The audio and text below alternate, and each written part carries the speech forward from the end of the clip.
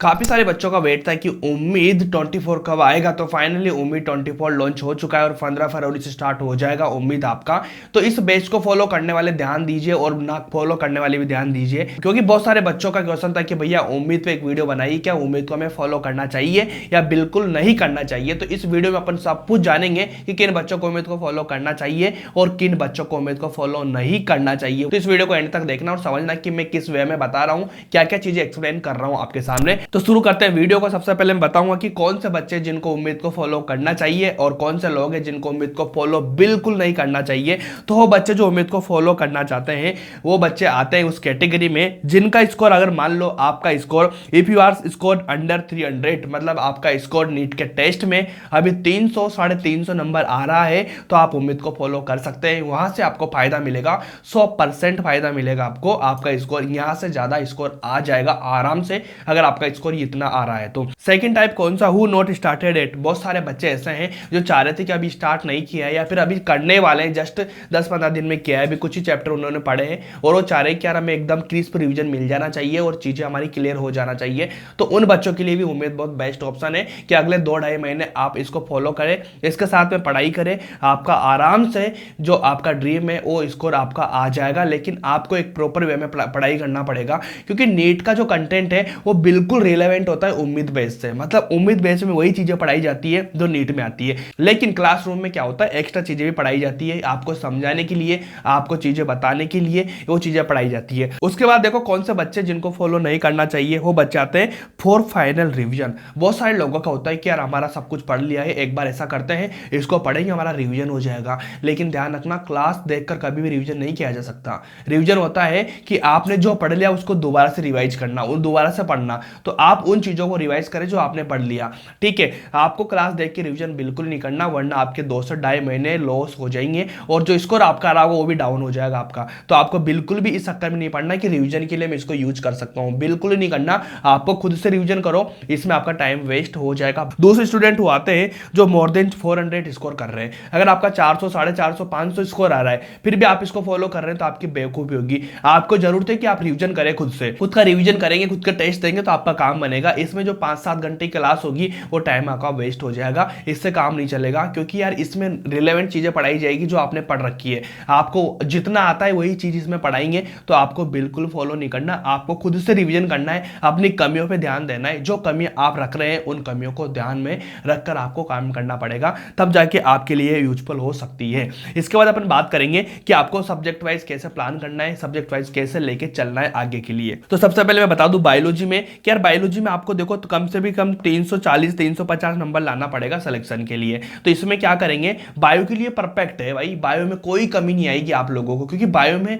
Theory based चीजें होती है और एनसीईआरटी बेस्ड चीजें होती है। तो आपको ध्यान रखना है कि अगर इस उम्मीद सीरीज में एनसीईआरटी बेस्ड चीजें पढ़ाई जाती है, इसमें नो डाउट रेलेवेंट कंटेंट होता है, नो डाउट, तो आपके लिए बहुत हेल्पफुल होगा। तो आप इसके लिए क्या कर सकते हैं कि क्लास देख रहे हो आप, ठीक है, कैसे पढ़ाई करना है बायो के सामने आपने क्लास देखी, क्लास देख के आपको जो नोट्स है नोट्स बिल्कुल भी नहीं बनाना मेरे भाई। नोट्स के लिए मैं बिल्कुल मना कर रहा हूं कि आपको नोट्स बिल्कुल भी नहीं बनाना है, ठीक है। क्योंकि बहुत सारे बच्चे क्या करते हैं नोट्स बनाएंगे, टाइम वेस्ट होगा। आपको क्लास देखना है और अपनी जो एनसीईआरटी है उस एनसीईआरटी में अगर कुछ नोट करना है, आपको कुछ एक्स्ट्रा पॉइंट सर ने बताया है जो आपको नहीं पता तो आप उसको नोट कर सकते हैं अपनी एनसीईआरटी में। उसके बाद आपको एनसीईआरटी रीडिंग करना है बार बार से, ठीक है। तो क्लास के बाद आपको एनसीईआरटी रीडिंग करना है जिसमें आपका काम हो जाएगा थ्योरी वाला पोर्शन। उसके बाद आपको सोल्ड क्या करना है, 20 ईयर्स के पीवाईक्यू आपको लगा लेना है। उसके बाद आप क्या करें, पार्ट टेस्ट दे ले, हर चैप्टर का आपको टेस्ट देना है, क्योंकि टेस्ट देंगे तभी काम होगा, नहीं तो इतना स्कोर नहीं आएगा। फिर आपका देखो अगर आपने टेस्ट नहीं दिया तो आपका स्कोर रह जाएगा 270 280। लेकिन अगर आपने ये वाला काम भी कर लिया, पार्ट टेस्ट दे लिया चैप्टर वाइज, साथ में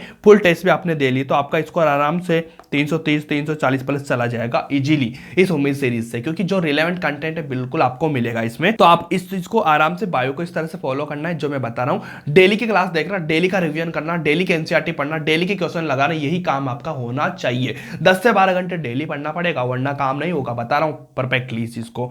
उसके बाद बात करूं केमिस्ट्री की, केमिस्ट्री में भाई इनऑर्गेनिक ऑर्गेनिक फिजिकल में आपको सबसे पहले क्लास को देखना है, क्लास आपने देख ली। उसके बाद क्वेश्चन के साथ में फुल नोट्स नहीं बनाना, आपको फॉर्मूला या फिर इंपॉर्टेंट पॉइंट आपको बताए हैं कि उन चीजों को मतलब आपको शॉर्ट नोट की फॉर्म में बनाना है, फुल नोट्स नहीं बनाना। सारे क्वेश्चन आपको सोल्व नहीं करना है उसमें कॉपी में, आपको केवल जो कॉन्सेप्ट है, जो थ्योरी है, जो पॉइंट है, जो कॉन्सेप्ट है वो चीज लिखनी है कॉपी में, क्वेश्चन बिल्कुल नहीं लिखना है। क्वेश्चन वही आएंगे पीवाईक्यू वाले, तो पीवाईक्यू आपको सीट मिलेगी अलग से, उसको क्वेश्चन को सोल्व करना है। तो आपको शॉर्ट नोट्स बना लेना है, आपका कम समय में काम हो जाएगा। देन आपको क्या करना है, एनसीईआरटी को बहुत अच्छे से पढ़ लेना, उसके क्वेश्चन लगा लेना है तीनों पार्ट्स में। एनसीईआरटी पढ़ोगे, उसके क्वेश्चन लगाओगे, इजीली आपका स्कोर यहाँ से 120 130 जा रहा होगा। आपने इतना कर लिया, अब चाह रहे कि यहाँ से थोड़ा सा और मेरा स्कोर जंप करे, तो आपको पीवाईक्यूज तो लगाना है, ये मस्ट है। पीवाईक्यू आप बहुत अच्छे से लगा लेंगे, तो इन दोनों चीजों के साथ में आपका 120 140 130 नंबर आ रहा होगा। कुछ आपने टेस्ट दे लिए अच्छे से, बहुत बढ़िया से, तो ये भी आपका एक बहुत अच्छा स्कोर आ सकता है, 150 तक भी स्कोर जा सकता है। तो मैंडेटरी ये वाली चीजें आपको करनी चाहिए। क्या करना है,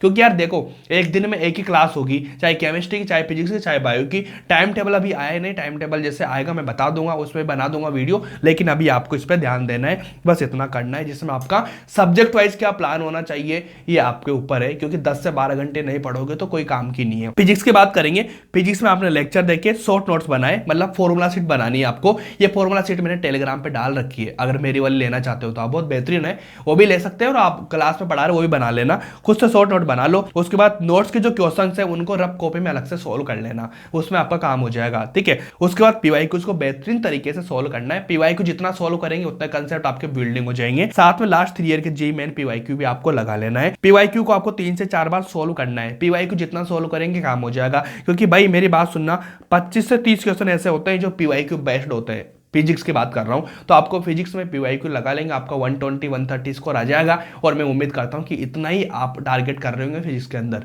तो आप बस इतना कर लेना, उसमें आपका काम इजीली हो जाएगा। तो ये वाली प्लानिंग थी कि सब्जेक्ट वाइज आपको क्या क्या करना है, कैसे नहीं करना। सबसे इंपॉर्टेंट चीज क्या कि भाई आपको अभी से 10 से 12 घंटे पढ़ना पड़ेगा, एक दिन में पूरा कंप्लीट आपको करना है। जिसकी क्लास होगी उसका पूरा क्लास, उसका रिवीजन, उसके क्वेश्चन प्रैक्टिस सब कुछ उसमें कर लेना है आपको, तब आपका काम इजीली बनेगा, वरना नहीं बन पाएगा, क्योंकि 3 महीने ये तो मेहनत आपको करना पड़ेगा, ठीक है। तो इस तरह से आपको कर लेना है। साथ में अगर मान लो कोई डाउट है आपको, तो मुझे टेलीग्राम पे या फिर इंस्टाग्राम पे मैसेज करके मुझसे पूछ सकते हैं, कमेंट करके बता देना कि कौन कौन लोग हैं जो उम्मीद को फॉलो कर रहे हैं। अगर आप कर रहे हैं तो एस जरूर लिख देना, और उसके बाद मैं बेस्ट ऑफ लक का टैग आपको जरूर दूंगा। ध्यान रखना, इस चीज को आपको 3 महीने लेके चलना है, मैं आपके साथ रहूंगा, पूरी मेहनत करेंगे अपन, ठीक है। तो मिलते हैं नेक्स्ट वीडियो में, तब तक के लिए okay bye, thank you so much.